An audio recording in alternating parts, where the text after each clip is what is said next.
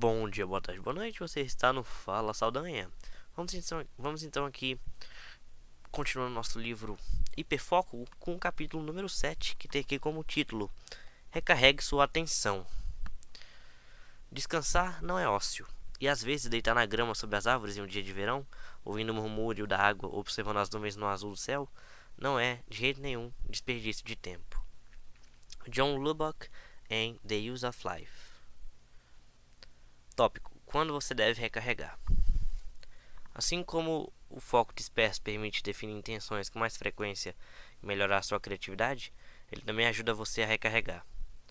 Nossos níveis de energia influenciam o quanto somos capazes de ter foco. Provavelmente você sentiu os efeitos disso da última vez que perdeu algumas horas de sono ou ignorou as pausas no trabalho. É possível que as três medidas da qualidade de sua atenção tenham diminuído. Você não conseguiu se concentrar por muito tempo. Se distraiu e se desviou para outras tarefas ou interesses com mais frequência e se flagrou mais vezes trabalhando no piloto automático. A lição deste capítulo é simples. Quanto mais entramos em foco disperso para reconstituir nossa energia mental, mais energia temos para nossas tarefas mais importantes.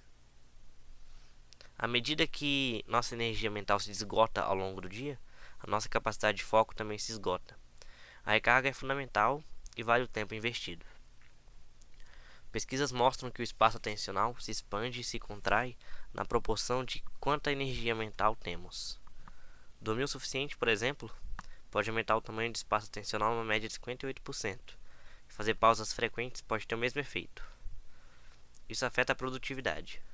O espaço atencional fica cerca de 60% maior e a produtividade pode crescer igualmente, em especial quando estamos trabalhando em uma tarefa exigente. Quanto mais descansados estivermos, mais produtivos ficaremos. O hiperfoco pode ser muito cansativo. Exige o controle de nosso comportamento, o que drena constantemente um reservatório de energia limitada. No fim, nossa energia diminui e focar na tarefa se torna mais difícil. Nosso espaço atencional se contrai e precisamos recarregar. Existem muitos sinais de que você está com pouca energia e precisa recarregar sua atenção propositalmente. Quando você alterna entre tarefas e é incapaz de manter o foco em uma coisa. Quando perde o controle de suas intenções e trabalha de forma mais reativa. Quando realiza tarefas em um ritmo visivelmente mais lento. Por exemplo, ler o mesmo e-mail importante várias vezes para compreendê-lo. Quando opta por fazer um trabalho menos importante, mais automático, como verificar e-mails, redes sociais, etc. E quando involuntariamente vai parar no modo foco disperso. Tópico: faça mais pausas revigorantes. Muitas pessoas gastam uma enorme quantidade de tempo fazendo um trabalho que não as deixa felizes. Fazer o trabalho que você ama é muito menos cansativo do que fazer um trabalho com que não se preocupa. O foco sempre parece mais forçado por último. Quanto mais você se importa, mais uso faz de sua atenção. Pesquisas também sugerem que a mente divaga menos quando se está fazendo algo de que realmente se gosta.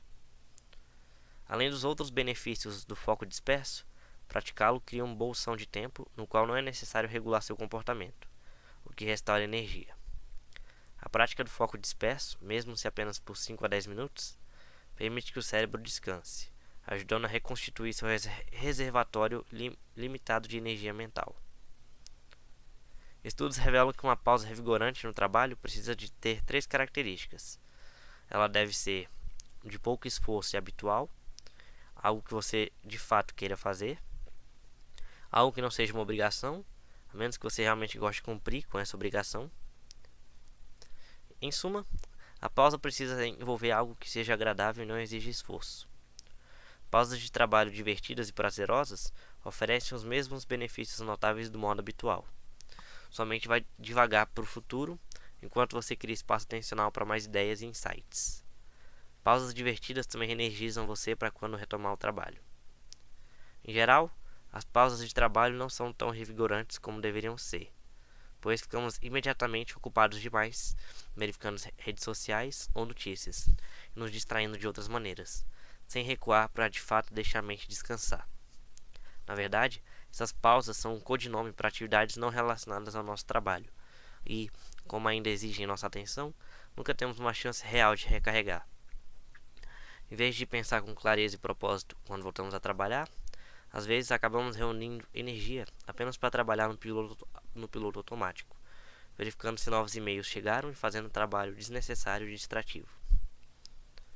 Existem inúmeras atividades para pausa agradáveis e revigorantes, que vão fazer você experimentar os imensos benefícios do foco disperso habitual, embora não tirem sua capacidade de hiperfocar depois que a pausa termina. Escolha uma atividade que você ama, algo que possa fazer uma ou duas vezes por dia onde você trabalha. Defina a intenção de fazer essa atividade amanhã. Pode ser uma caminhada em torno do prédio do trabalho, aproveitar a academia de ginástica nas redondezas, ou passar um tempo com colegas que energizam você. Essas atividades são uma ótima maneira de dar à sua mente uma pausa verdadeira. Resista ao impulso mecânico de se distrair durante esse período. Durante minhas pausas de trabalho, eu me afasto mais ou menos a cada hora, para deixar minha mente se recarregar.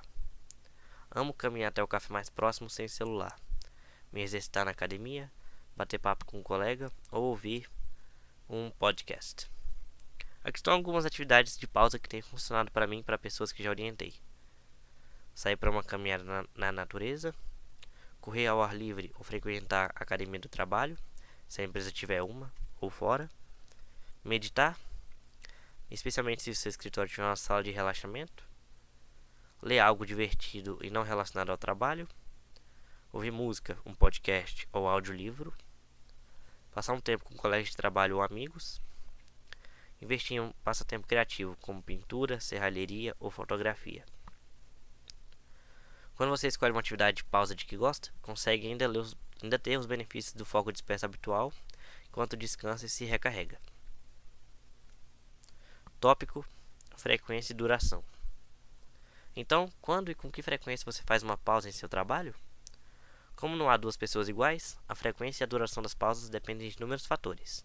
Da mesma forma que você precisou tentar várias alternativas para criar um modo livre de distrações, experimente conhecer o que traz mais energia para você. Por exemplo, talvez você precise de pausas mais frequentes se tem como característica a introversão e precisa trabalhar com uma elevada quantidade de interação social com grandes grupos. Se você é um introvertido que trabalha em um escritório aberto, talvez precise se afastar com mais frequência durante o dia também. Se estiver em uma função de gerência, contratar pessoas que se importem profundamente com os valores da empresa é a melhor decisão que pode tomar. Os gestores muitas vezes tentam deixar a equipe mais produtiva quando é tarde demais. Eles conseguem contratar pessoas altamente qualificadas, mas são profissionais que fazem seu trabalho apenas pela remuneração. Recarregar com frequência também pode ser necessário se você acha que não tem motivação para um projeto específico ou para seu trabalho de modo geral. Quanto mais precisar controlar seu comportamento para resistir às tentações e distrações ou se obrigar a fazer as coisas, mais frequentemente precisará recarregar. É por isso que os prazos podem ser úteis. Eles forçam você a se concentrar em algo. O foco se torna fácil quando se está trabalhando em uma tarefa intrinsecamente motivadora. Todos os conselhos de produtividade no mundo não vão adiantar se você não suportar seu trabalho. Pesquisas sobre o valor das pausas apontam para duas regras simples. Faça uma pausa pelo menos a cada 90 minutos. Faça uma pausa de cerca de 15 minutos para cada hora de trabalho. Pode parecer muito tempo para uma jornada de trabalho de 8 horas, mas é o equivalente a mais ou menos uma pausa de 1 hora para o almoço e um intervalo de 15 minutos na parte da manhã e da tarde. Na maioria das situações, essas duas regras são práticas e podem ser seguidas sem afetar seu cronograma de trabalho. Por que 90 minutos é um número mágico? Nossa energia mental tende a oscilar em ondas de 90 minutos. Dormimos em ciclos de 90 minutos, avançando por períodos de sono leve, profundo e REM. Nossa energia continua a seguir o mesmo ritmo depois que acordamos. Nos sentimos descansados por cerca de 90 minutos e, em seguida, cansados por um curto período de tempo, em torno de 20 a 30 minutos.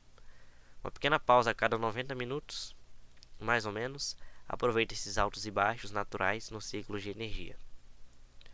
Faça uma pausa quando notar que seu foco está diminuindo ou depois de encerrar uma grande tarefa. Fazer isso significa que você terá menos resíduos atencionais, enquanto permite que sua mente divague. Ao fazermos pausas estratégicas, somos capazes de usar períodos de maior energia mental para máxima produtividade e recarregar nossa energia quando ela diminui naturalmente. Pesquisas mostram que nos tornamos mais criativos durante esses períodos de energia baixa, pois neles nosso cérebro fica menos inibido, o que permite que mais ideias surjam. Isso faz com que momentos de baixa energia sejam perfeitos para o foco disperso. Comece a prestar atenção ao fluxo e refluxo de seus níveis de energia na parte da manhã e faça um esforço orquestrado para recuar quando sentir que sua energia começou a diminuir. Os níveis de energia se estabilizam um pouco mais na parte da tarde, e sua diminuição é menos previsível, mas vale a pena manter um ritmo semelhante. E por que devemos fazer uma pausa de 15 minutos a cada hora de trabalho? Não existem muitas pesquisas confiáveis sobre o assunto, mas uma empresa tentou fazer alguns cálculos. Um aplicativo de rastreamento de tempo chamado DeskTime, que rastreia automaticamente os programas de computador abertos, de forma que se possa ver no fim do dia como foi a produtividade, avaliou os dados de intervalo para os 10% de usuários mais produtivos. Descobriram que, em média, esses usuários fizeram uma pausa de 17 minutos depois de cada período de 52 minutos de trabalho. Vale a pena adaptar seu cronograma de pausas aos seus hábitos de trabalho. Se for pegar um segundo chá ou café pela manhã, faça isso ao fim de 90 minutos de trabalho e dê à sua mente um repouso legítimo durante esse tempo. Em vez de almoçar com pressa na frente do computador, faça uma pausa real para o almoço, na qual você se recarrega de forma legítima para o turno da tarde. Deixe o celular no escritório e entre no modo foco disperso na hora do almoço ou durante a leitura de um bom livro, tendo certeza de que vai capturar quaisquer pensamentos e ideias que esteja incubando. Na parte da tarde, tome um café descafeinado ou aproveite a sala de cochilo, o espaço de meditação ou a academia de sua empresa. O melhor momento para fazer uma pausa é antes de precisar. Assim como é provável que você já esteja desidratado quando sentir sede, seu foco e sua produtividade provavelmente já começaram a vacilar no momento em que você sentiu cansaço. Tópico: sono. Falando em descanso, seria negligência da minha parte não discutir o sono. Eu tenho uma regra pessoal, confesso que um pouco pseudocientífica, que acho que vale a pena seguir quando se trata de dormir. Para cada hora de sono que perder, você perde 2 horas de produtividade no dia seguinte. Não há respaldo científico para essa regra. Como no caso das pausas, somos diferentes, mas a quantidade de sono que temos importa muito, especialmente no que diz respeito ao trabalho intelectual. Perdemos mais do que ganhamos quando comprometemos nosso sono para trabalhar mais horas. O tamanho de nosso espaço atencional pode encolher 60% como resultado de um déficit de sono. Tarefas complexas podem demorar mais que o dobro do tempo quando estamos cansados. Também ficamos menos autoconscientes e verificamos nosso espaço atencional com frequência menor. Trabalhar com espaço atencional reduzido é ótimo para tarefas mecânicas, como copiar dados para uma planilha, mas nossa produtividade diminui quando tentamos nos concentrar em algo complexo. Na maioria dos casos, é muito melhor trabalhar menos horas e dormir o suficiente do que tentar cumprir o dia inteiro de expediente sob o efeito do cansaço. Algumas pessoas afirmam serem capazes de sobreviver com menos sono do que todo mundo, mas é possível que o trabalho delas não seja tão complexo ou que elas seriam capazes de fazer ainda mais se estivessem mais descansadas. Pior ainda, um déficit de sono nos faz enxergar nossa produtividade como sendo maior do que de fato é. Apesar de passarmos cerca de um terço da nossa vida basicamente em estado de coma, entendemos muito pouco do que acontece durante o sono, e isso por diversas razões. Nosso cérebro é excessivamente complexo. Equipamentos de escaneamento do cérebro são caros, e o barulho dos scanners tende a perturbar os estágios mais finais e mais leves do sono dos participantes. No entanto, os estudos que oferecem um vislumbre do que acontece no nosso cérebro enquanto dormimos são fascinantes, sobretudo aqueles que examinam as semelhanças entre o sono e o foco disperso. Se colocássemos alguém que está sonhando e outra pessoa que está sonhando acordada em uma máquina de escaneamento cerebral, notaríamos algo peculiar. As duas tomografias cerebrais seriam assustadoramente semelhantes. Sonhar durante o sono e devanear no modo foco disperso ativam as mesmas regiões do cérebro, embora fiquem ainda mais ativas enquanto estamos dormindo. Em nível neurológico, sonhar é o modo foco disperso turbinado. Isso faz sentido quando consideramos os dois modos. Nós nos sentimos recarregados tanto após episódios de sono quanto de foco disperso. Nossa mente divaga para muitos dos mesmos lugares se estamos dormindo ou sonhando acordados. inclusive arrependimentos do passado, fantasias e ansiedade sobre o futuro e nossas relações com outras pessoas. Embora nossa mente alterne entre as coisas muito mais quando estamos sonhando. A mente tem a chance de desfragmentar seus pensamentos, tanto durante o sono quanto nos episódios de divagação da mente, bem como de consolidar informações que ela vinha aprendendo e processando. O cérebro também aciona cada modo de forma um pouco aleatória, o que pode levar a ideias pioneiras, bem como a algum material aleatório inútil. Não é de admirar que inúmeras grandes ideias tenham surgido enquanto as pessoas dormiam, como a melodia de Yesterday, de Paul McCartney, a ideia de Dmitri Mendeleev sobre a tabela periódica e Jack Nicklaus, com sua tacada nova e melhorada no golfe. Além de afetar a produtividade, o déficit de sono gera outros custos altos. Pesquisas mostram que à medida que dormimos menos, nós também sentimos mais pressão no trabalho, nos concentramos por um período mais curto, menos de 40 segundos, acessamos sites de redes sociais com mais frequência, ficamos com o humor mais negativo, buscamos o tempo todo tarefas menos exigentes, eliminando aquelas que não se encaixam em nosso espaço atencional reduzido, gastamos mais tempo online durante o dia todo. Isso se revela mais verdadeiro para aquelas pessoas que estão entre os 19 e os 29 anos, uma faixa etária que opta por ir para a cama mais tarde do que qualquer outra, em torno da meia-noite em média. Considerando que a maioria de nós precisa de cerca de 8 horas de sono, ir para a cama à meia-noite não exatamente nos prepara para sermos produtivos no dia seguinte, a menos que tenhamos flexibilidade para acordar mais tarde. Uma das melhores maneiras de dormir mais e aumentar a qualidade de seu sono é desenvolver um ritual noturno consistente. Como nossos níveis de energia se esgotam no fim do dia, tendemos a gastar muito tempo no piloto automático. Estabeleça uma rotina que lhe permita relaxar antes de dormir. Considere adquirir hábitos como ler, meditar, desconectar-se da internet, beber uma xícara de chá de ervas ou simplesmente retirar a televisão do quarto. É um objeto de atenção conveniente e infinitamente mais estimulante que o sono. Ir para a cama em uma hora satisfatória é a melhor maneira de conseguir dormir bastante. Enquanto a maioria de nós precisa acordar em um horário determinado, nossa rotina noturna em geral é mais flexível. Tópico: descansar não é ócio. Quando você tem mais trabalho a fazer do que tempo para terminá-lo, não parece muito certo parar e repousar. Talvez você até sinta pontadas de culpa se fizer isso. Em geral, é apenas a insegurança se manifestando. Quando você considera os custos de fazer uma pausa, começa a pensar em todas as outras coisas que deveria estar fazendo em vez de descansar. Fazer uma pausa parece menos produtivo do que botar a mão na massa. Então você sente culpa apenas por considerar recuar. Essa lógica não se sustenta na prática. Na verdade, fazer pausas é uma das coisas mais produtivas que você pode fazer. Como discutimos, seu cérebro tem um reservatório de energia limitado, e quando essa reserva se esgota, seu foco e sua produtividade também acabam. As pausas não só permitem que você recarregue, mas também impedem que você pare de vez. Quando descansamos, trocamos nosso tempo por energia. Isso é real, quer estejamos descansando durante uma pausa ou em uma boa noite de sono. Esse investimento de tempo não evapora, e na realidade, você deveria sentir culpa por não fazer pausas.